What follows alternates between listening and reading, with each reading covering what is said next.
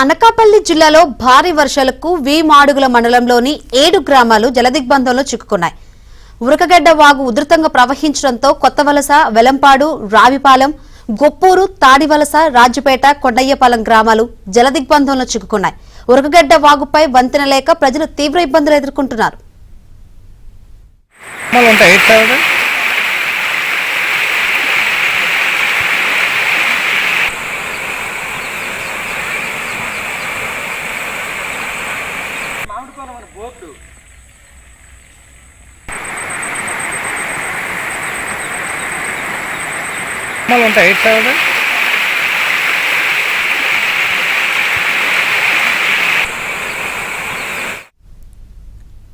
AP, తెలంగాణలో పలు జిల్లాలో భారీ వర్షాలు పడుతున్నాయి. అల్పపీడన ప్రభావంతో భారీ వర్ష సూచన ఉందని ఇప్పటికే వాతావరణ శాఖ అధికారులు చెప్పారు.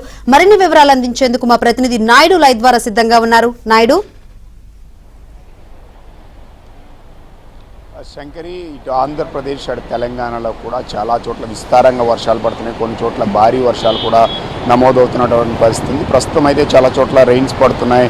సో ఉత్తర కోస్తా జిల్లాల్లో ఉదయం నుంచి కూడా ఎడతెరిపి లేకుండా కురుస్తున్న వర్షాలతో అటు అనకాపల్లి జిల్లాలో కావచ్చు, ఇటు విశాఖపట్నంలో చాలా చోట్ల వాగులు వంకలు పొంగు పొందుతున్నటువంటి పరిస్థితి. అనకాపల్లి జిల్లాలో కొన్ని ప్రాంతాల్లో రాకపోకలు కూడా నిలిచిపోయినటువంటి పరిస్థితి. ఇటు పద్మనాభం మండలం అలాగే ఆనందపురం మండలంలో కూడా వాగులు వంకలు పొంగు పడడం వల్ల ప్రధానంగా అక్కడ ఉన్నటువంటి ఏదైతే నది ఉందో ఆ నది ప్రభావంతో అక్కడ ఉన్నటువంటి కొన్ని లోలైన ఏరియాస్లోకి వాటర్ చేరి రాకపోకలు తీవ్ర అంతరాయం కలిగింది.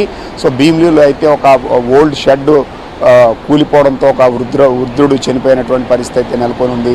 సో మరోవైపు మనం చూసుకుంటే ఏదైతే బంగాళాఖాతంలో ఉందో అల్పపీడనం, ఈ అల్పపీడనం క్రమంగా బలపడి తీవ్ర అల్పపీడనంగా మారింది. ఇది రాబోయే 12 గంటల్లో వాయుగుండంగా మారేటువంటి అవకాశం ఉందని చెప్పి వాతావరణ నిపుణులు అయితే అంచనా వేస్తున్నటువంటి పరిస్థితి అయితే మనకి కనిపిస్తుంది. అయితే దీని ప్రభావం వలన ఎక్కువగా ఏంటంటే హెవీ రెయిన్స్ పడడానికి ఎక్కువగా ఆస్కారం ఉంది. ఎందుకంటే ఇది కోస్తాని తీరాన్ని ఆనుకొని కొనసాగుతుంది. దీనిపైన ఒక స్పియర్ జోన్ కూడా కొనసాగుతున్న నేపథ్యంలో మరోవైపు అటు గుజరాత్ నుంచి మీదుగా కూడా ఒక స్పియర్ జోన్ ఉంది. అది ఇప్పుడున్నటువంటి అల్పపీడనానికి అటాచ్ అయి ఉండడంతో ఎక్కువ శాతం ఇటు తెలంగాణ, ఆంధ్రప్రదేశ్తో పాటు మొత్తం దాదాపు సౌత్ కోస్ట్ అంతా, సౌత్ ఇండియా అంతా కూడా రెయిన్స్ పడుతున్నప్పుడు కూడా ఎక్కువ శాతం పడడానికి ఆస్కారం ఉందని చెప్పి వాతావరణ నిపుణులు అయితే అంచనా వేస్తున్నటువంటి పరిస్థితి ఉంది. ప్రస్తుతం కురుస్తున్న వర్షాలతో అటు ఒరిస్సాలో వర్షాలు పడుతున్నాయి, ఇటు ఆంధ్రప్రదేశ్, అటు తెలంగాణలో వర్షాలు పడుతున్నాయి.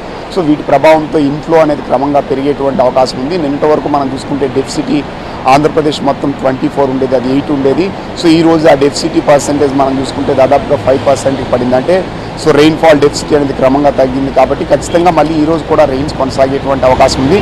ప్రస్తుతం మనం చూసుకున్నట్లయితే విశాఖపట్నం, అనకాపల్లి జిల్లా, అటు అల్లూరి, అలాగే east Godavari, west Godavari, up to Eluru, ఈ ప్రాంతాలన్నింటిలో కూడా ప్రస్తుతం అయితే రెడ్ అలర్ట్ అనేది ఆల్రెడీ జారీ చేశారు. మిగతా జిల్లాలకు ఇప్పుడు శ్రీకాకుళం కావచ్చు, విజయనగరం, అలాగే మిగతా ఉన్నటువంటి జిల్లాలన్నిటికి కూడా ఆరెంజ్ అలర్ట్ అనేది కొనసాగుతుంది. రాయలసీమ జిల్లాలో మాత్రం కొంతవరకు ఎల్లో అలర్ట్ కొనసాగుతుంది. అక్కడ కూడా ఉరుములు మెరుపులతో కూడినటువంటి వర్షాలు ఈరోజు కూడా పడడానికి ఆస్కారం ఉంది. తీరం వెంబడి బలమైన గాలులు 40 నుంచి 50 కిలోమీటర్ల వేగంతో వీస్తాయి. కాబట్టి మత్స్యకారులు ఎవరు వేటకు వెళ్ళకూడదని హెచ్చరికలు జారీ చేస్తారు. ఇది మనం చూసుకున్నట్లయితే దక్షిణ వాయువ్య దిశగా పయనిస్తుంది. అంటే ఈ రోజు తర్వాత నుంచి క్రమంగా ఇది తీరానికి దగ్గరగా వచ్చి సో ఒరిస్సా అలాగే ఇటు ఉత్తర కోస్తాను ఆనుకొని వాయుగుండంగా మారిన తర్వాత రేపు మార్నింగ్ తర్వాత నుండి తీరాన్ని దాటేటువంటి అవకాశం ఉంది. ఈ నేపథ్యంలో ఖచ్చితంగా హెవీ రెయిన్స్ పడడానికి ఆస్కారం ఉంది. నిన్నటి వరకు మనం చూసుకుంటే విశాఖ జిల్లా వ్యాప్తంగా చూసుకుంటే జిల్లా అంతా కలిపి 7 సెంటీమీటర్లు దాటినటువంటి పరిస్థితి. మరోవైపు అనకాపల్లి జిల్లాలో ఉన్నటువంటి అన్ని జలాశయాలు కూడా నిండుకుండలా నిండినటువంటి పరిస్థితి. దిగువ ప్రాంతాలకి నీటిని విడిచిపెడుతున్నారు.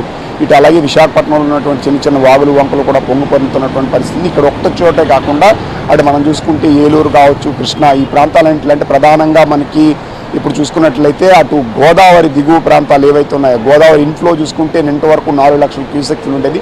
సో అది ఇంకా పెరిగేటువంటి అవకాశం ఉంది. అటు మన కృష్ణాకు చూసుకుంటే 2.5 lakh క్యూసెక్లు వాటర్ దిగువ పొందుతున్నటువంటి పరిస్థితి.